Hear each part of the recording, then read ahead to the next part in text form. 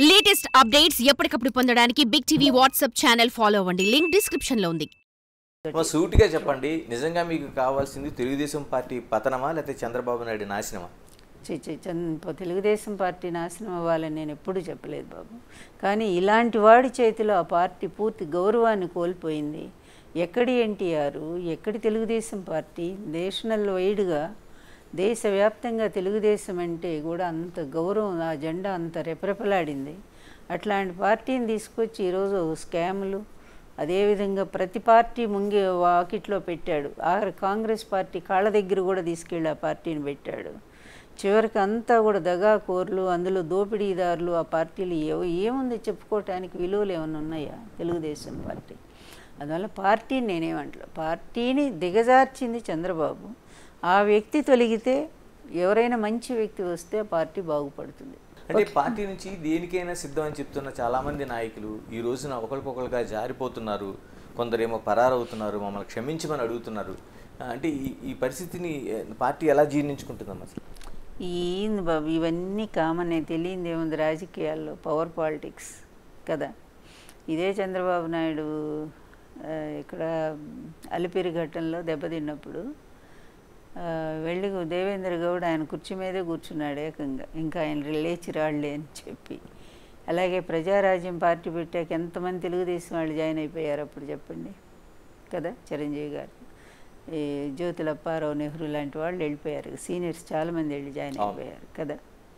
అట్లాగే రాజశేఖర రెడ్డి గారు కాంగ్రెస్ బాగా బలంగా ఉండి ఆయన ముఖ్యమంత్రి అయినప్పుడు అసలు పార్టీ మొత్తం పోయేది. ఆ టైంలో చాలామంది పోయారు అప్పుడు కూడా. అందువల్ల ఇదంతా కామన్. అయినా పార్టీ గెలిచిందా లేదా?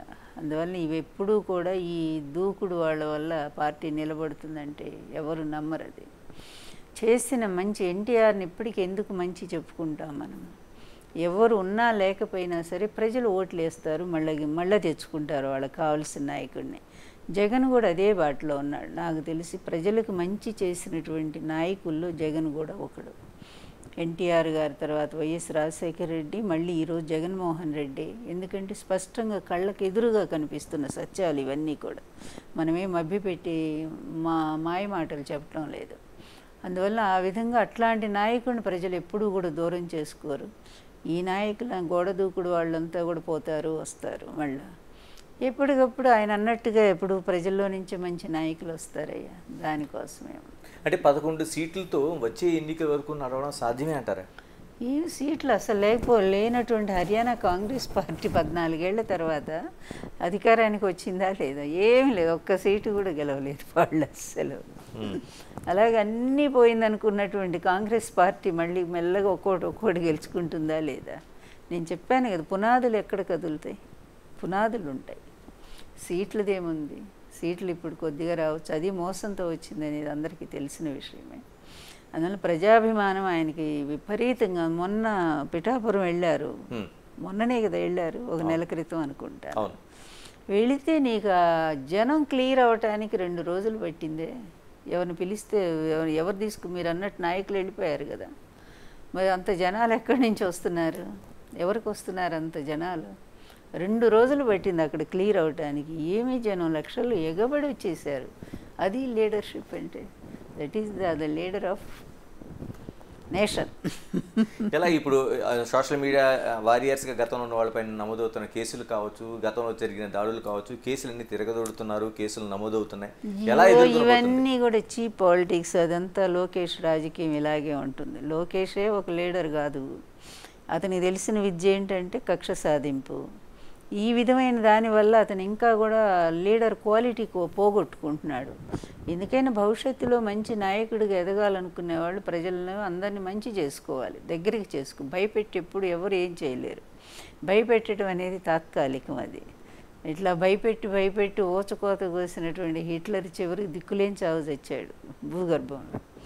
అందువలన ఈరోజు లోకేష్ రాజ్యాంగం అక్కడ నడుస్తూ ఉంది ఆంధ్రప్రదేశ్లో. కక్షగడి ఎప్పుడో 20 ఏళ్ల నాడు పెట్టింది కూడా తీసుకొచ్చి వాళ్ళని అరెస్టులు చేయిస్తూ ఉంటే అసలు కక్షపూరితమైంది.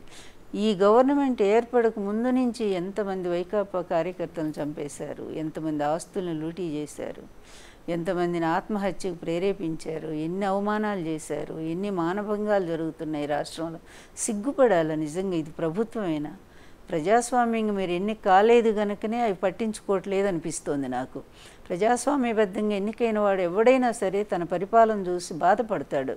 అయ్యో నా పరిపాలనలో నాకు ఓటేసి గెలిపించిన ఈ ప్రజలకి ఇంత అన్యాయాలు జరుగుతుంటే ఎట్లా భరించడం ఎట్లా అని పోలీసులకు మంచిగా వార్నింగ్ ఇచ్చి వాళ్ళని లా అండ్ ఆర్డర్ ప్రాబ్లం లేకుండా తయారు చేస్తారు. కానీ పోలీసులనే law and order problem create చేయిస్తూ ఉంటే ఇంకేం గవర్నమెంట్ అయ్యా? ఎవరైనా న్యాయం ఆలోచిద్దాం. ఇక్కడ పార్టీలు కాదు, మరొకటి కాదు, ఏ ప్రభుత్వం ఉన్నా సరే అతి దారుణంగా ఉన్న ఆంధ్రప్రదేశ్ పరిస్థితి. ఈరోజు ఇచ్చిన హామీలు పక్కకు పోయినాయి. దాని డైవర్షన్ కోసం ప్రతిపక్ష నాయకుడి మీద అనుక్షణం ఏదో ఒక రకమైనటువంటి నిందలు వేయటం. అది మొన్నటిదాకా లడ్డు వ్యవహారం నడిపారా? ఏది మరి రుజువులయ్యి మళ్ళీ నిన్నేమో ఇదేదో ఆదాని వ్యవహారం తీసుకొచ్చారు. ఇట్లా పిచ్చి పిచ్చిగా వీళ్ళు ఒక సాక్ష్యాలు ఆధారాలు లేనటువంటి అన్నీ తీసుకొచ్చి డైవర్షన్ పాలిటిక్స్.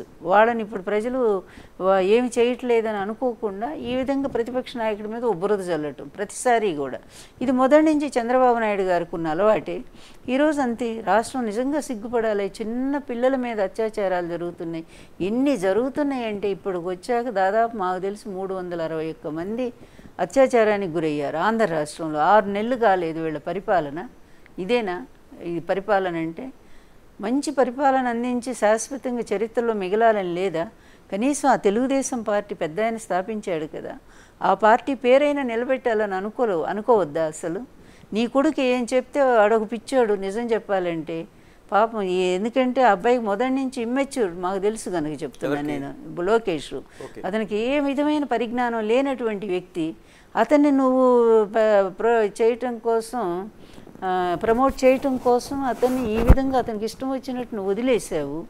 ఇంత అనుభవం ఉన్నటువంటి నువ్వు అట్లా అతని మీద వదిలేస్తే ఎలా ఉందో పరిపాలన ఒక్కసారి నువ్వు బయటికి వెళ్ళి చూడు. For more videos like this, subscribe Big TV channel.